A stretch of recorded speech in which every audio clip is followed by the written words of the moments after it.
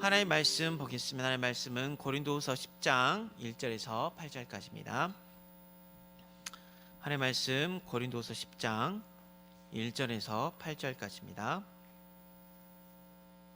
신약성경 296페이지에 있습니다. 다 같이 한 목소리로 봉독하겠습니다. 너희를 대면하며 유순하고 떠나 있으면 너희에 대하여 담대한 나 바울은 이제 그리스도의 온유와 간용으로 친히 너희에게 권하고, 또한 우리를 육신에 따라 행하는 자로 여기는 자들에 대하여 내가 담대히 대하는 것 같이 너희와 함께 있을 때에 나로 하여금 이 담대한 태도로 대하지 않게 하기를 구하노라. 우리가 육신으로 행하나 육신에 따라 싸우지 아니하노니 우리의 싸우는 무기는 육신에 속한 것이 아니요 오직 어떠한 견고한 진도 무너뜨리는 하나님의 능력이라. 모든 이론을 무너뜨리며 하나님 아는 것을 대적하여 높아진 것을 다 무너뜨리고 모든 생각을 사로잡아 그리스도에게 복종하게 하니 너의 복종이 온전하게 될 때에 모든 복종하지 않는 것을 벌하려고 준비하는 중에 있노라. 너희는 외모만 보는도다. 만일 사람이 자기가 그리스도에게 속한 줄로 믿을진대 자기가 그리스도에게 속한 것 같이 우리도 그러한 줄을 자기 속으로 다시 생각할 것이라. 주께서 주신 권세는 너희를 무너뜨리려고 하신 것이 아니요 세우려고 하신 것이니 내가 이에 대하여 지나치게 자랑하여도 부끄럽지 아니하리라. 아멘. 하나님은 그 누구도 막을 수 없는 하나님의 절대 목표를 가지시고 또 우리를 경영하사 그의 뜻을 완전하게 이루어 나가신 줄로 믿습니다. 그래서 우리는 그분의 뜻을 내 뜻으로 받아들이고 또 그분이 내 모든 것을 그분에게 내 모든 것을 맡기기만 하면 남은 일은 다 하나님 하시겠다고 약속하셨습니다. 그래서 목사님 이번 주에게 말씀하셨는데 우리는 되어지는 응답을 받고 하나님은 이루시는 그 응답을 받게 되어 있는데요. 하나님 우리를 경영하시겠다고 말씀하셨습니다. 그러니까 경영은 목적이 있어요. 세상에서 지식을 배울 때 경영의 목적은 이윤을 추구한다고 이야기를 합니다. 가치를 창출한다고 이야기하거든요. 근데 하나님 우리를 경영하시는데 절대 손해보고 경영하시지 않거든요. 이 한정된 자원을 가지고 하나님 우리를 잘 경영하셔서 이윤을 남기시겠다고 약속하셨습니다.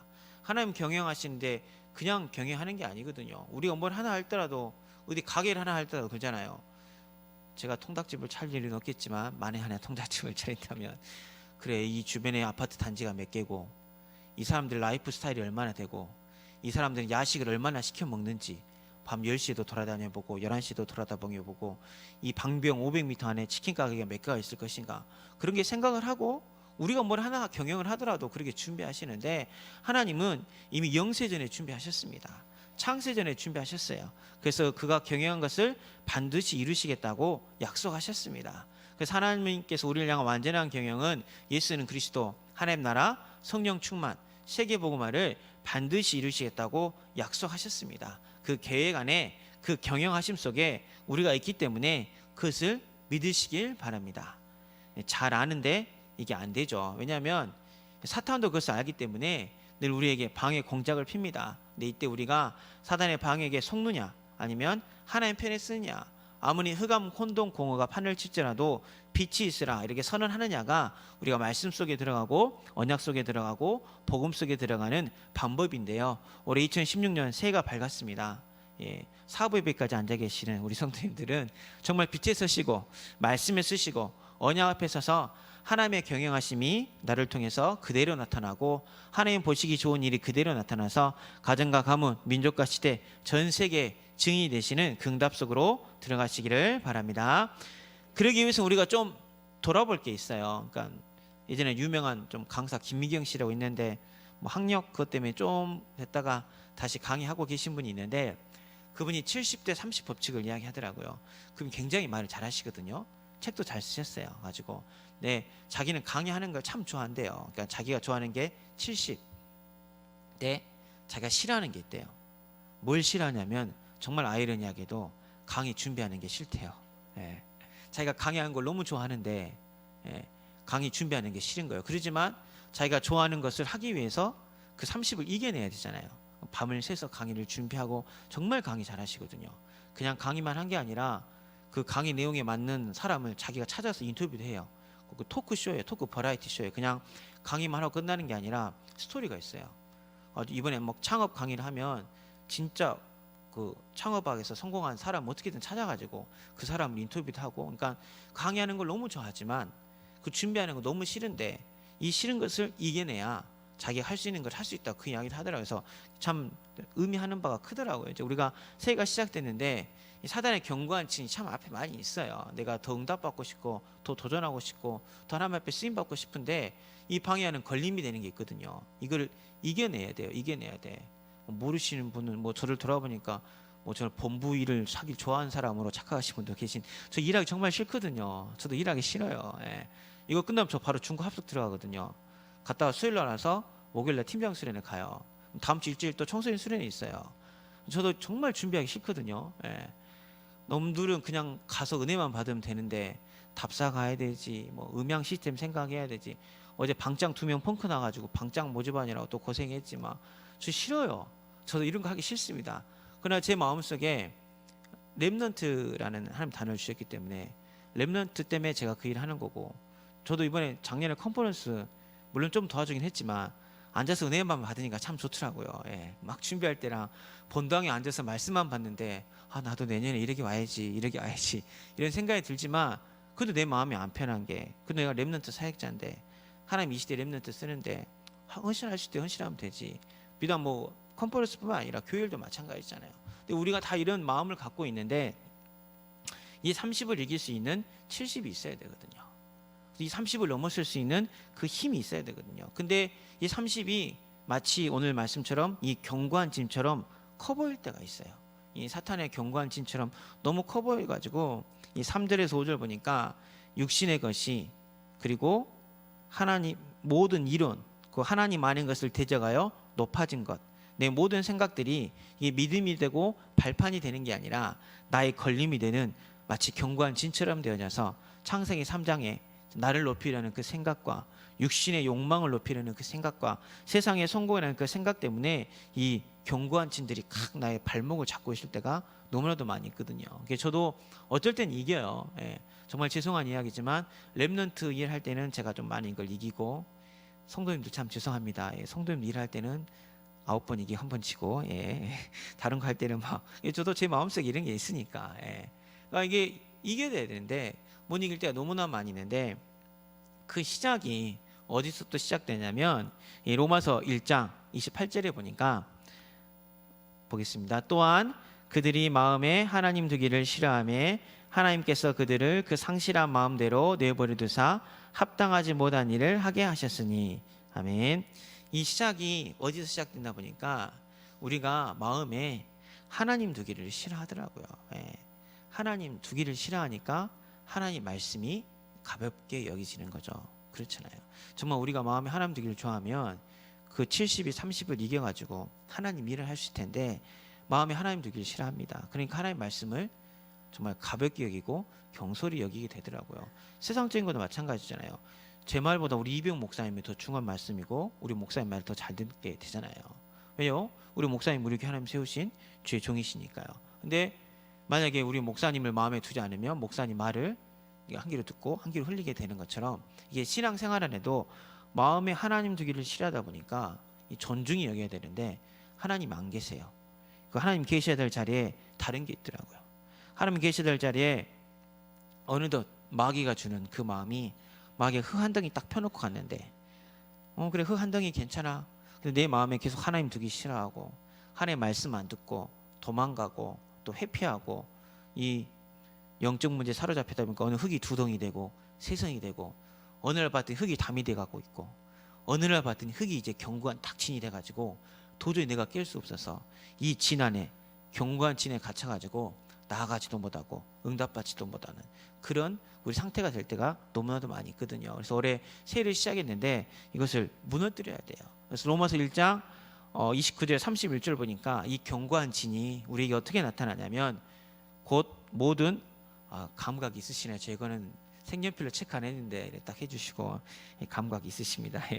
불의로 나타나고 추악으로 나타나고 탐욕, 악의, 시기, 살인, 분쟁, 사기, 악독, 수군수군, 비방, 하나님께서 미워하는 자가 되고 능욕하는 자, 교만하는 자, 자랑하는 자, 악을 도모하는 자, 부모를 거역하는 자, 우매한 자, 배역한 자는 사전 찾아보니까 약속을 저버린 자로 나오더라고요.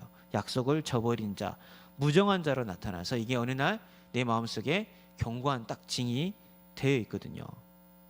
근데 제가 이걸 읽었는데 나랑 하나도 상관없는 거네 다 이렇게. 저는 걸림이 참 될 때 많더라고요. 제 마음에 불이할 때가 더 많고 차마 말할 수 없는 추악한 것, 탐욕 같은 것도 많고 저도 수근수근 잘하거든요. 저도 수근수근 잘합니다. 저 장로님 왜 근데? 이러시면서 저도 잘해요. 몇 명 찔리신가요? 제가 잘한다고요. 저도 좀 무정할 때가 굉장히 많이 있고 하나님과 약속해놓고도 약속을 못 지킨 이 비약한 자. 그러니까 처음엔 이 흙 한 덩이였는데 이 흙 한 덩이가 하나님 말씀을 가볍게 여기다 보니까 어느 날 담이 되고 어느 날 견고한 진이 돼가지고 마치 홍해 앞에서 여리고 앞에서 원망하고 불신앙하며 아무것도 하지 못하고 주저하고 있던 이스라엘 백성 같은 삶을 제가 살 때가 너무나도 많이 있더라고요. 근데 우리가 이때 이 견고한 진을 보지 말고 하나님의 경영하심을 보시길 바랍니다. 그걸 보면 우리가 흔들리지 않거든요. 그걸 보면 우리가 원망하지 않거든요. 그걸 보면 우리가 불평하지 않거든요. 하나님의 뜻, 믿음의 목표를 정해야 되거든요. 그걸 보면 돼요. 가나안 정복을 보면 됩니다. 하나님이 일하시면 보면 됩니다. 너희는 가만히 있어 오늘 너희를 향한 여호와의 구원을 보라 고백했던 처럼 모세처럼 그 일을 보면 돼요. 근데 그 일을 보지 못하면 우리의 삶이 늘 이랬다 저랬다 이랬다 저랬다 그래요. 지금 우리 새내기 애들이 좀 많이 없는데 제가 원서 쓸 때마다 느끼는 게 있습니다. 제가 중학교 때도 6년씩 봤잖아요. 꿈이 이제 과학자요, 고고학자요, 선생님이요 막 이렇게 됐다가 막 고등학교 되면 대학만 가면 좋겠어요 막 이래 됐다가 이제 원서 쓰는 거 보면 제가 깜짝 놀랐거든요. 내가 이 아이의 꿈을 아는데 원서를 다른 데로 썼더라고요. 헐 막 이렇게 하면서 그래 너 하나님 자녀 렘넌트니까 뭐가 없으면 그러게 돼요. 하나님의 계획하심과 하나님의 완전하심과 하나님의 절대 그게 잘못됐다는 거 아니면 저도 그렇게 썼어요. 그건 그 렘넌트를 하나님의 완전하신 계획이 있기 때문에 제가 그걸 말하려고 뭘 하려고 하는 게 아니라 우리가 그 목표를 못 보면 사람 말에 흔들리고 환경에 흔들리고 조건에 흔들리거든요. 그런 신앙생활은 확신이 없다 보니까 결국은 지치게 되는 거죠. 여리고에 딱 막혀서 하나님 앞에 나아가지도 못하고 빠꾸하지도 못하고 이 틀에 딱 갇혀가지고 우물 안의 개구리처럼 정말 답답하게 신앙생활하는 사람 너무나 많이 있거든요. 정말 지치게 살아가는 사람이 너무나도 많이 있습니다. 뭐가 없어서요? 확신이 없어서, 절대 목표가 없어서, 믿음에 대한 신뢰와 확신이 없어서. 제가 이런 말 하긴 참 뭐하지만 남녀간에 썸을 탄 경우가 있다 하더라고요. 저는 잘 모르겠어요. 썸을 타면 서로 좋아하는지 모르는지 확신이 없잖아요. 그럼 그런다 하더라고요. 문자 하나 보내면 답장을 몇 번 안에 하지? 왜 답장을 이렇게 안 하지? 막 이런 것들로 싸우기도 하고 막 이 사람 나한테 관심이 있나 막 이렇게. 그러면 서로 확신이 나면 사귀어야 돼요, 말아야 돼요? 사귀어야 되잖아요. 그래야 관계도 깊어지는데 썸만 5년 탄다고 생각 지쳐요. 썸 나를 좋아하나 안 하나? 1년 뒤에도 저 사람 나한테 관심이 있나 없나? 이러면 지쳐요. 남이 다 데려가죠. 제가 그래서 몇 명 놓치긴 했지만 다 데려가더라고요. 근데 하나님과 관계에서도 이렇게 썸을 타고 있어요. 확신이 없어가지고 믿음 안에 확 들어가면 되는데 말씀 안에 확 들어가면 되는데 하나님 7번이나 맹세하고 계시는데 반드시 경영을 이루겠다고 약속하고 계시는데 이 견고한 신 때문에 앞을 못 보는 거죠. 그 대부분 어느 한 학자가 알더라고요. 그러니까 멀리 있으면 목표가 잘 보인대요. 멀리 있으면 내가 올해는 저걸 해야지. 근데 바로 앞까지 딱 도달했어요. 그때 목표가 안 보인다더라고요. 거기서 돌아서는 사람이 너무나 많이 있더라고요. 근데 우리 신앙생활이 그렇게 타성에 젖어가지고 기복신앙에 젖어가지고 종교생활에 젖어가지고 이걸 깨고 확 들어가면 되는데 못 들어가서 답답한 지친 신앙생활 살 때가 너무나도 많이 있습니다. 부단 제가 그랬어요. 제가 응답이 없고 제가 확신이 없고 정말 죽겠더라고요. 그래서 놈들은 뭐 제가 호주로 막 그 워킹 할리데이 청혼의 꿈을 안고 간자하고 있는데 지쳤거든요. 저를 그렇게 만드신 몇 분 여기 계세요. 저는 힘들어 죽겠는데 합숙 갔다 왔으면 뭐 해야지? 팀합숙 갔다 왔으면 뭐 해야지? 신학원 4학기까지 다녔으면 뭐 해야지? 그러시더라고요. 저는 죽겠는데 뭐 확신도 없고 뭣도 없는데 저 도망갔거든요. 호주로. 근데 진짜 그 답답한 가운데 하나님이 근데 호주 생활 참 감사한 게 나를 인도하신다는 확신이 있었어요. 예. 저 호주 1년 생활 이후로 무엇을 위하여 먹을까 입을까 마실까 그 고민을 절대 안 하게 되더라고요.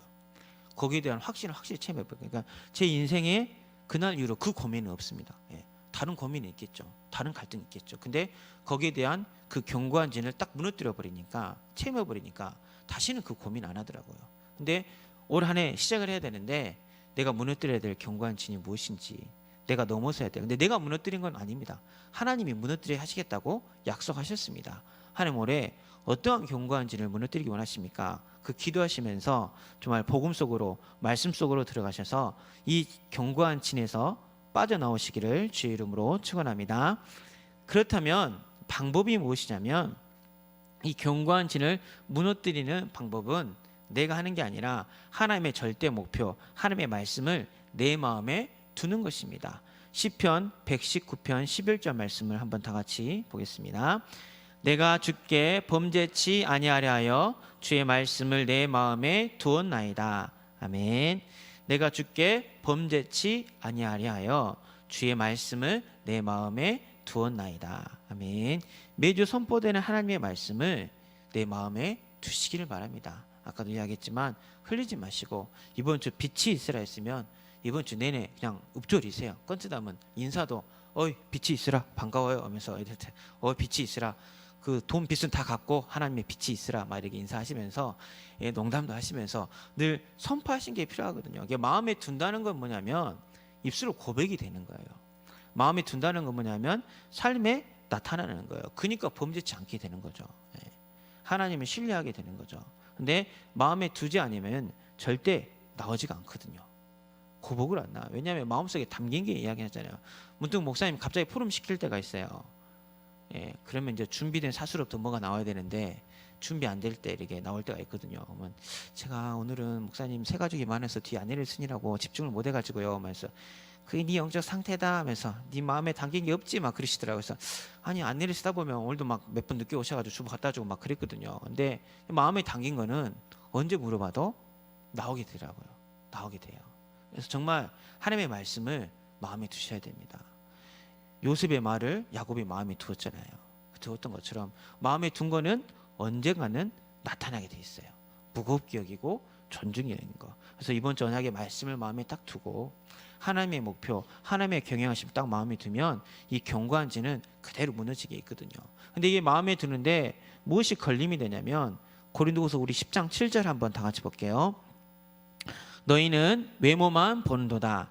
만일 사람이 자기가 그리스도에게 속한 줄로 믿을진대 자기가 그리스도에게 속한 것 같이 우리도 그러한 줄을 자기 속으로 다시 생각할 것이라. 아멘. 이걸 마음에 딱 둬야 되는데 우리 시선이 뭐만 보고 있어요? 외모만 보고 있어요. 겉으로 드러나는 거, 환경적인 거, 조건적인 거. 그러니까 진실을 못 보고 마음에 못 두는 거죠. 세상의 것은 왜 마음에 둬요? 외모가 화려하니까 그러잖아요. 정말 그러면 안 되는데, 정말 이쁘게 생기신 분이 오셔가지고 저한테 뭐 물건을 팔면 살까요 말까요? 사죠. 저만 그럴까요? 뭐 장동건이 와가지고 우리 권사님한테 휴대폰 하나 판다고 생각하십시오. 한 3개 사시겠죠, 예약해가지고. 안 그래요? 원빈이 밥통을 선전해. 선전 볼 때마다 원빈이 해준 밥 얼마나 맛있을까. 내 남편이 안 해주는데 이 밥통이 해주면 원빈이 밥을 해주는 것 같고 막 당연히 사겠잖아요. 외모를 보고 판단을 하고, 겉모습을 보고 저 사람 돈이 있으니까, 저 사람은 사회적으로 성공했으니까, 저 사람은 엘리트니까, 저 사람 뭐 하겠지. 그러나 정작 하나님은 중심을 보시는데, 우리가 외모를 봐서 하나님의 말씀을 마음에 못 둘 때가 많이 있는데, 근데 하나님의 말씀 마음에 두는 방법이 뭐냐면, 자기가 그리스도에게 속한 것 같이 우리도 그러한 줄로 자기 속으로 다시 생각할 것이라. 아멘. 내가 누구에게 속했는지를 다시 생각해 보시길 바랍니다. 상대방 생각할 필요 없어요. 내가 누구에게 속했는지 다시 생각할 것이라. 아멘. 우리가 훌륭하지 않아도 성공자가 아니어도 괜찮습니다. 내가 하나님 앞에 속해 있고 하나님의 경영 속에 있고 하나님의 절대 목표 속에 있는 나를 발견하게 된다면, 그 안에 있는 나를 다시 생각하게 된다면 나만이 할 수 있는 것이 발견되어집니다. 나의 유일성이죠. 나의 오직의 응답, 그러면 하나님이 재창조의 능력으로 세상을 향해 도전하고 하나님의 뜻을 이루는 세계관의 증인으로 우리를 만들어 가시겠다고 약속하셨습니다. 그래서 견고한 진이 커 보일 때 혹시 내가 외모만 보고 또 사람 때문에 낙심하고 좌절할 때 그 사람 생각하지 말고 맞아, 난 하나님 속한 사람인데, 나는 빛이 있으라, 나는 일어나 빛을 발할 사람인데, 아까 너 빛의 자녀, 우리 최승호 청년이 세게 펑 치더라고요. 깜짝 놀랐습니다. 내가 빛의 자녀지 각인이 탁 되던데, 그래 나 빛의 자녀인데, 나 어둠을 밝힐 사람인데, 어둠과 함께 있을 사람이 아닌데 내가 왜 이러고 있지? 하나님 나를 경영하시는데, 하나님 나를 향한 완전한 계획을 갖고 계시는데 내가 왜 여기 있지? 그 생각만 하면 우리는 이거를 넘어서고 이기고 또 이기는 응답 속으로 들어가게 될 줄로 믿습니다. 성경에 라합이 그랬어요. 라합이 외모만 보면 어떤 사람입니까? 희생, 그리고 술집 주인이잖아요. 어떻게 보면 정말 천대받을 사람이에요. 아무것도 할 수 없는 사람인데, 근데 라합이 뭘 봤습니까? 하나님의 계획을 봤잖아요. 하나님이 저 애굽을 무너뜨린 하나님이, 홍해를 가르게 하신 하나님이 이 여리고를 무너뜨리고 이 가나안을 정복할 것이다. 그러면 좀 여리고 성이 아닌데 거기서 자기에 의해 할 수 있는 작은 일이 뭡니까? 정탐꾼 2명 숨겨주는 일이에요. 자기만이 할 수 있는. 그는 여리고에 서울대 나온 사람이 할 수 있는 일도 아니에요. 여리고에서 제일 이쁜 사람이 할 수 있는 것도 아니에요. 여리고 성 안에서 돈이 제일 많이 사람이 할 수 있는 일도 아닙니다. 오직 라합만이 할 수 있는 일이에요. 하나님의 절대적인 시간표를 본 사람만이 할 수 있는 일입니다. 그 작은 일이 결국은 자기 가문을 살리고 다윗의 족보에 들어가고 예수님의 족보에 들어가는 그 큰 응답을 누리게 했잖아요. 또 이드로도 보면 사이 하나 얻었는데 사이가 도망자고 살인자고 그랬을 수도 있잖아요. 광야에서 양만 키운 사람인데 우리 사이를 딱 보니까 너무 힘들어하는 것 같고, 우리 사이가 하나님 위해서 큰 일을 하는 사람인데 저러겠다고는 안 되겠다. 지혜를 딱 주잖아요. 자기 지혜. 10부장을 세워라, 50부장을 세워라, 1000부장, 100부장을 세워라. 가나안 정복을 향한 크게 쓰임받게 되는 거고, 여호수아, 갈렙, 모세, 아론도 어떻게 보면 다 노예였습니다. 노예. 외모로만 따지고 아무것도 아니었어요. 우리가 다니엘 생각하니까 굉장히 높아 보이잖아요. 다니엘도 시작은 뭐였죠? 망한 나라의 포로였어요. 망한 나라의 포로, 아무것도 아닌 존재였습니다. 외모로 보면 그렇죠. 그렇지만 다니엘이 하나님의 말씀을 딱 마음에 두고 하나님의 뜻을 정하니까 그 다음, 그러니까 우리가 성공 이후의 모습을 봐서 그렇지 다니엘도 우리가 똑같은 사람입니다. 성경 엘리야도 우리와 심정이 똑같은 사람이라고 했습니다. 나만 장군의 그 여정을 보십시오.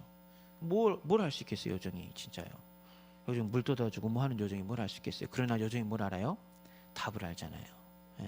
이 나만 장군이 누구를 찾아가야 될지 그 길을 알잖아요. 그러니까 자기가 어디에 속했는지, 하나님 백성에 속했는지, 하나님의 말씀에 속했는지 그걸 아는 자는 본인만이 할 수 있는 일을 하기 때문에 저절로 견고한 진이 무너지고 하나님의 계획 속으로 들어가게 됩니다. 그래서 정말 우리도 외모와 자신을 보고 외모로 다른 사람을 보는 이 상대적인 평가를 보는 것이 아니라 절대적으로 또 변하지 않는 그리스도 안에 있는 나, 복음 안에 있는 나, 하나님의 경영 속에 있는 나, 이런 나를 발견하셔서 이 믿음을 굳게 생각하고 다시 돌아봐서 하나님의 목표 속에 들어가게만 되면 그 어떠한 견고한 진도 무너지게 될 줄로 믿습니다. 그렇다면 첫 번째로 이 사단의 견고한 진이 어떻게 구체적으로 우리에게 나타나는지를 보도록 하겠습니다. 우리 10장 4절에서 5절 말씀 다 같이 보겠습니다. 우리의 싸우는 무기는 육신에 속한 것이 아니요 오직 어떠한 견고한 진도 무너뜨리는 하나님의 능력이라. 모든 이론을 무너뜨리며 하나님 많은 것을 대적하여 높아진 것을 다 무너뜨리고 모든 생각을 사로잡아 그리스도에게 복종하게 하니. 아멘. 어느덧 내 삶에 자리 잡은 게 있어요. 어떤 거냐면 하나님 많은 것을 대적하여 높아진 이론, 하나님 많은 것을 대적하여 높아진 나의 생각들이 이게 견고한 진이더라고요. 그러니까 다 개인의 가치관들이 있잖아요. 다 삶의 방법이 다르니까. 저도 저만의 응답받는 방법이 있어요. 저만의 가치관이 있습니다. 결혼에 대한 저만의 가치관이 있어서 목사님 말씀에 순종하지 못한 거에 대해서 정말 죄송하지만 이게 견고한 진인지 여리고인 진지 저도 잘 모르겠어요. 근데 저도 제가 응답받는 방법이 있고, 근데 이거는 응답받는 것도 자기 생각이 있는데 사람을 판단하고 하는 데서 이 자기 이론, 가치관들이 굉장히 많이 들어오는데요. 그런 거는 가정과 가문을 타고 굉장히 많이 오더라고요. 우리 렘넌트도 보면 그 가정 가문에 오래된 영적인 배경이 있습니다. 예. 할아버지 할머니부터 내려오던 그 생각, 그 고집이 있거든요. 그러니까 제가 가끔 깜짝 놀랐던 게 내가 우리 권사님하고 이야기하면서 느꼈던 거를 우리 렘넌트하고 느낄 때가 굉장히 많이 있어요. 그러면 저도 모르게 등에 식은땀이 착 날 때가 있거든요. 아, 이 아이를 내가 정말 기도해 줘야겠다. 그러니까 렘넌트인데 어떤 아이는 죄에 굉장히 민감해요. 가정에 좀 배경적인 색깔이 있을 수도 있겠죠. 율법적인 그 색깔이 있을 수도 있겠죠. 렘넌트인데 돈에 민감하고, 어떤 렘넌트는 만나면 학교 불평불만, 선생님 불평불만, 학교가 뭐 어때요? 학교가 이래요. 뭐 어쩌저쩌요. 아, 오면 제가 막 그 학교, 정말 그 학교가 그런가? 에이, 정말 요즘 선생님이 그런가? 그런 생각이 들 때가 있어요. 그러니까 이 견고한 진이 이 가정과 가문의 영적인 배경을 탁 타고 와서 불신하게 만들고, 하나님 믿지 못하게 만들고, 하나님 대적하게 만들고, 결국 그것이 뭘 대적하죠? 목사님을 불신하고 하나님 말씀 불신하게 만드는 그런 견고한 진, 하나님을 대적하여 높아진 그 많은 것들이 나타나더라고요. 또 가정에 또 우상 숭배했던 제사 가운데 있던 아이들 보면 좀 그런 게 나타나요. 영적으로 굉장히 혼미한 게 나타나고요. 그 대신 반면에 뭐 나중에 그게 큰 축복이 뭐냐면, 정말 그 아이들이 축복받아도 제가 느낀 게 뭐냐면, 영적인 메시지를 할 때요, 눈이 탁 바뀌어요. 예. 답을 아는 아이들이니까. 그게 견고한 진처럼 보일 수도 있지만 하나님 그걸 무너뜨리니까 그게 축복의 발판이고 응답의 발판이 되더라고요. 근데 좀 이제 거기까지 가는 과정이 힘들죠. 부모님이 좀 특별한 다른 종교가 있었다든가 우상숭배를 심하게 했다든가 그런 게 좀 굉장히 민감하게 우리 아이들한테 영적으로 나타나는 것들을 제가 볼 때가 좀 많이 있거든요. 그러니까 이런 견고한 진들이 굉장히 많이 나타났습니다. 또 특정 지역이라든가 또 배경이라든가, 또 우리나라 같은 경우는 좌파네, 우파네, 호남이네, 영남이네, 막 그런 특정 지역들이 있잖아요. 예. 정말 우리 렘넌트 가운데서 지역 감정이 이렇게 그대로 물려가는 거 보면 정말 좀 가슴이 아프거든요. 예. 이 영적인 대물림이 좋은 게 감사하면 좋은데, 무조건 기아 타이거즈 좋아하는 건 제가 이해를 하겠어요. 롯데 좋아하는 것보단 기아 좋아하는 건 좋으니까. 근데 무조건 새천년 민주당, 예, 애들이 정치에 대해서 뭘 안다고 새누리당, 뭐 한나라당, 뭐 딴나라당 이야기했었고, 그런 부분들이 완전히 이렇게 딱 전달되는 특정 지역에서 오는 이 사탄의 견고한 진들이 굉장히 많이 있습니다. 네, 정말 우리가 그것을 보고 기도해야 돼요. 보고 도전해야 돼요. 이거를 하나님이 무너뜨리겠다는 그 약속의 말씀을 붙잡고 우리가 나아가야 됩니다. 왜냐하면 이게 잘못 각인된 가치관으로 애들의 뿌리를 내리거든요. 뿌리를 내려요. 요즘은 안 그러지만 한때 우리 지역 대학생들이 서울 가면 뭘 많이 했게요? 데모를 많이 했죠. 그래서 체류탄 맞아 죽은 사람은 다 어디 사람들이에요? 우리나라 사람들이었잖아요. 그때 전라도에서 딱 올라가면 민주투사, 민주화의 고장에서 왔다고, 5.18 성지에서 왔다고 하면서 우리 딱 꼬셔요. 그럼 애들이 들은 게 있잖아요. 그러면 데모 속에 싹 들어가요. 생각도 없이 아무 것 없이 끌려가면서. 이게 잘못 각인된 사상이 무서운 거거든요. 가치관이 무서운 거거든요. 그러게 파고들어요, 우리 아이들한테. 그러니까 가정 가문의 것 파고들죠. 세상의 것 파고들죠. 또 성공도 해야 되죠. 근데 복음의 뿌리는 점점 없어져 가죠. 이 견고한 진은 점점 커 보이죠. 그러니까 이 영적 상태가 우리 금요철야 때 봤던 말씀인데, 사무엘상 15장 23절 말씀, 이는 거기 가는 것을 점치는 죄 같고 왕거한 것은 사신 우상에게 절하는 죄와 같음이라. 왕이 여호와의 말씀을 버렸으므로 여호와께서도 왕을 버려 왕이 되지 못하게 하셨나이다 하니. 아멘. 하나님 아는 것을 대적하여 스스로 높아지다 보니까 사울왕이 자기가 교만해져서 하나님의 말씀을 안 드려버려서 결국 하나님이 사울왕을 버렸잖아요. 이 영적 상태가, 이 높아진 것이 무너뜨리지 아니하지만 이 영적 상태가 꼭 하나님 버린 사람처럼, 하나님 없는 사람처럼, 내 경험, 내 상처, 내 욕심만 남은 사람처럼 그러게 살게 되는 것이거든요. 어떻게 보면 당연한 결과인데 이것만 보면 안 되죠. 이것만 보면 안 되고, 오늘 이게 우리의 현실일지라도, 흑암 혼돈 공허가 가득 차 있을지라도 하나님 우리에게 뭐라고 말씀하고 계시냐면 빛이 있으라 말씀하고 계시고, 오늘 뭐라고 말씀하고 계시냐면 어떤 견고한 진도 무너뜨리지는 하나님의 능력에 대해서 말씀하고 계십니다. 모든 생각과 이론을 사로잡아 그리스도께 복종시키는 하나님의 절대 목표, 하나님의 경영, 하나님의 뜻에 대해서 말씀하고 계십니다. 하나님의 목표가 무엇입니까? 예수 그리스도의 목표가 무엇입니까? 바로 창세기 3장 15절이잖아요. 여자의 후손이 나서 뱀의 머리를 상하게 할 것이다. 네가 희생제사를 드리면 내가 너를 넘어가겠다. 모든 멍의 죄짐을 넘어가겠다. 보라, 처녀가 잉태의 아들 낳으니 그 이름을 임마누엘이라. 내가 너희와 함께하겠다. 하나님 아들이 나타난 것은 마귀를 멸하심이라. 그래서 주는 그리스도시요 살아계신 하나님의 아들이시니다. 이 복음을 주시기 위해서 우리에게 오신 게 하나님의 절대 목표입니다. 절대 멸망받을 수밖에 없는 이 세상을 구원하시기 위해서 예수 그리스도 이 땅에 보내셨고, 또 그 하나님의 그 구원하심 속에, 계획하심 속에 나를 향한 하나님의 완전하신 계획이 있습니다. 그래서 그 속에 들어가면 나를 둘러싼 이 모든 멍에와 짐들이 벗게 될 줄로 믿습니다. 그래서 우리 온단 메시지 이사야 14장 25절 말씀 한번 보겠습니다. 내가 아수르를 나의 땅에서 파하며 나의 산에서 그것을 짓밟으리니 그때 그의 멍에가 이스라엘에게서 떠나고 그의 짐이 그들의 어깨에서 벗어질 것이라. 아멘. 하나님 이렇게 약속하고 계세요. 그런 상태에 사는 게 아니라 아수르를 나의 땅에서 파하며 나의 산에서 그것을 짓밟으리니, 이 말씀대로 하나님 얼마나 아수르를 짓밟았냐면 그 5대 제국 그 책을 보면 아수르가 문화유산이 그렇게 많이 발견이 안 된대요. 왜? 하나님 밟아버려갖고 땅속에 다 파묻혀 있어갖고. 바벨론이나 페르시아는 굉장히 유물들이 많이 발견돼요. 근데 아수르 유물은 많이 발견이 안 된다 하더라고요. 하나님 너무 많이 밟으셨나 봐요. 너무 많이 밟으셔가지고. 근데 말씀대로 밟으시겠다고 약속하셨습니다. 그래서 이 내 앞에 있는 견고한 진이 중요한 게 아니라 이 견고한 진을 파하겠다는 하나님의 능력이 중요합니다. 하나님의 목표가 중요합니다. 흑암 혼돈 공허가 중요한 게 아니라 하나님 태초에 뭘 먼저 창조하셨다고요? 빛. 저는 너무 그게 감사하더라고요. 처음에 어둠을 먼저 창조한 게 아니라, 처음에 행성을 먼저 창조한 게 아니라, 처음에 물을 먼저 창조한 게 아니라, 처음에 어둠을 먼저 만들 수도 있잖아요, 하나님이. 근데 처음에 뭘 만드셨어요? 빛을 만드셨어요. 이게 하나님의 속성입니다. 기쁨을 주시기 위해서, 밝음을 주시기 위해서, 희망을 주시기 위해서 맨 처음에 하나님 만드신 게 빛이에요. 그 빛이 있으면 어둠은 떠나갑니다. 스위치를 키면 어둠은 떠나가게 되어 있습니다. 그래서 그 견고한 진을 중요한 게 아니라 나를 다시 생각하세요. 복음 안에 있는 나, 빛 안에 있는 나. 그 내 마음의 스위치를 키면 이 어둠은, 견고한 진은 완전히 무너지고 하나님 나라가 우리에게 임하게 될 줄로 믿습니다.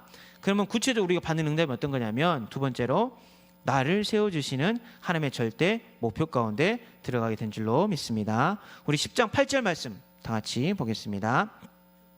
주께서 주신 권세는 너희를 무너뜨리려 하신 것이 아니요 세우려 하신 것이니 내가 이에 대하여 지나치게 자랑하여도 부끄럽지 아니하리라. 아멘. 하나님은 이 황폐하고 무너진 이 땅에 나를 다시 세우시려고 하나님의 경영을 가지고, 하나님의 목표를 가지고 이 땅에 오신 줄로 믿습니다. 어느 정도 이걸 원하시냐면 지나치게 자랑하여도 부끄럽지 아니할 정도로 하나님이 열방을 향하여 하나님의 통치를, 하나님의 경영을 선포하는 사람으로 우리를 그렇게 부르셨습니다. 그래서 전도자 바울이 자랑하여도 부끄럽지 아니할 정도로 만들어 가신다고 약속하셨사오니 그 믿음을 가지고 말씀 속으로 들어가시길 바랍니다. 그래서 하나님 우리를 이사야 42장 1절 내가 붙드는 나의 종 내 마음에 기뻐하는 자 곧 내가 택한 사람을 보라. 내가 나의 영을 그에게 주었은즉 그가 이방의 정의를 베풀리라. 아멘. 하나님 나를 붙드시고 내 마음에 기뻐하는 자로 부르시고 나를 택하셨는데 이방의 정의를 베푸는 사람으로 우리를 부르셨습니다. 나를 세우신 이유가 뭐냐면 이방의 정의를 베푸라고 세우셨습니다. 42장 8절에 나는 여호와이니 이는 내 이름이라. 나는 내 영광을 다른 자에게, 내 찬송을 우상에게 주지 아니하리라. 아멘. 하나님의 영광, 하나님의 찬송을 우상에게 빼앗기지 아니할, 나만이 주실 수 있는 그 스스로 계신 자가 나를 그렇게 불렀습니다. 이사야 43장 21절 이 백성은 내가 나를 위하여 지었나니 나를 찬송하게 하려 함이니라. 아멘. 하나님의 경영의 목적이 나를 세우시는 거예요. 하나님의 절대 목표가 온 세계를 향한, 열방을 향하여 복음을 증거할 자로 나를 보배롭고 존귀하게 여기사 하나님 보시기에 좋은 일을 행할 수 있는 전도자로 부르셨습니다.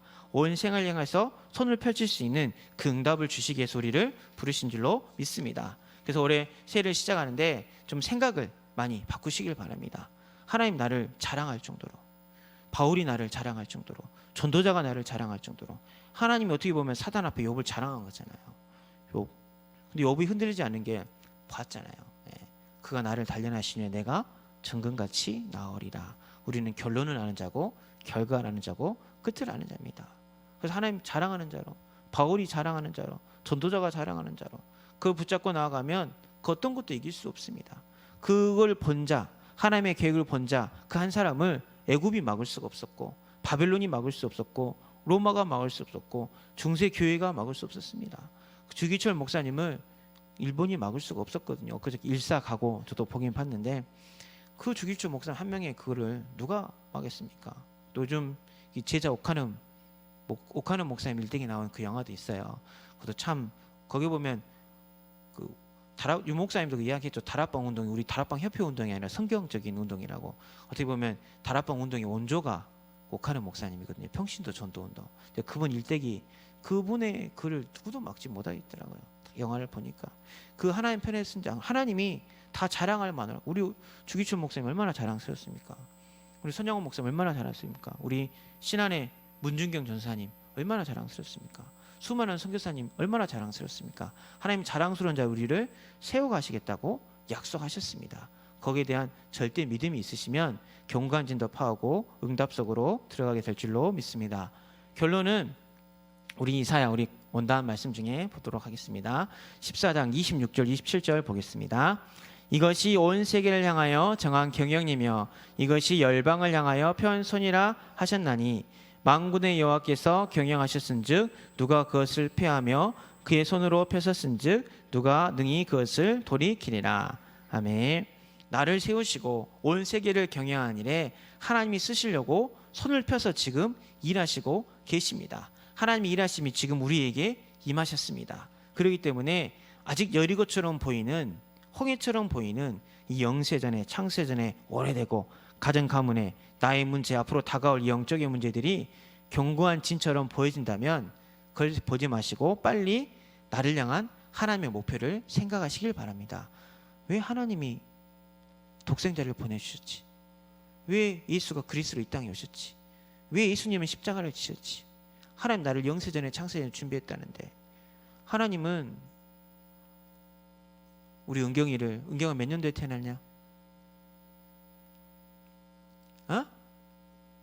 96년도에 그것도 남자도 아니고 여자로 태어나기를 결정하셨거든요. 은경은 남자로 태어났으면 엄청 잘생겼 아닙니다. 예. 하나님 나를 왜 이 시대에 태어나게 하셨을까? 그때 왜 우리 부모님 밑에 태어나게 하셨을까? 나를 왜 예일교회를 안 보내고 세계일교회 보내셨을까? 나는 좀 세련된 사람인데 서울에 있어야 되는데 시골 같은 호남에 태어나게 하셨을까? 그걸 크게는 하나님이 구원을 약속하신, 나를 창조하신 목적, 더 크게는 왜 예수가 그리스도로 십자가 못 박혀 죽으시고 부활하셔서 성령으로 나와 함께 하시 인도하시 역사하고 계시는지, 작게는 내가 왜 이 시대에 태어났는지, 이 가정과 가문에 태어났는지, 이 민족과 시대에 태어났는지. 그럼 내 목표가 보이잖아요. 그러잖아요. 이 땅이 아직도 통일 안 된 나라이기 때문에 우리는 북한을 위해서 기도해야 돼요. 왜요? 전 세계 유일한 분단 국가잖아요. 그럼 당연히 북한을 위해서 기도해야 돼요. 우리 목표가 보이는 거잖아요. 전 세계 선교하는 나라, 선교하는 교류를 부르셨어요. 그러면 우리가 선교하고 필리핀을 위해서 선교사님 파송이 기도하는 거는 당연한 거잖아요. 그걸 보면 견고한 진이 이렇게 안개처럼 사라집니다. 확 사라져요. 그 위에 이제 응답이 딱 보여져서 뭐가 보이냐면 나를 세우신 하나님의 계획이 딱 보여지는 겁니다. 그게 하나님의 절대 음성이고 절대 목표고 하나님의 경영하십니다. 그래서 정말 다시는 이 견고한 진에 흔들리지 않기를 바랍니다. 그래서 올해 도전하여서 하나님의 경영하심이 나를 통해서, 우리 모든 성도를 통해서 전 세계에 나타나는 그 축복 속으로 들어가시기를 주의 이름으로 축원합니다. 제가 기도하고 마치겠습니다. 살아계신 하나님, 감사와 찬양을 드립니다. 올 한 해 하나님이 경영한 것을 반드시 이루는 약속의 말씀 붙잡고 시작하게 하시는 앞에 감사와 찬양을 드립니다. 반드시 이루시는 하나님의 경영 속에 있는데 내 눈이 외모를 보고 육신에 보여서 내 앞에 마치 사탄의 견고한 진이 있는 것처럼 보여질 때가 너무나도 많이 있습니다. 하나님 여기에 속지 않게 하여 주시옵소서. 어떤 견고한 진도 파하는 하나님의 능력을 붙잡게 하여 주시옵소서. 모든 생각을 사로잡아 그리스도께 복종케 하사 나를 사용하시는, 나를 세우시는 하나님의 응답 속으로 들어가게 하여 주옵소서. 하나님 절대 목표 속에 우리가 있고 우리 교회가 있고 나와 우리 가정과 가문이 있사오니 이 민족과 시대와 세계가 있사오니 이 하나님의 목표 속에, 하나님의 경영 속에 온 세계를 향한 세계복음화 일에 쓰임받을 수 있는 그리스도의 제자가 되어질 수 있도록 올 한 해 믿음을 가지고 기도를 가지고 절대 목표 속에 들어갈 수 있는 성령의 충만함을 더하여 주시옵소서. 예수님의 이름으로 기도하옵나이다. 아멘. 찬송 359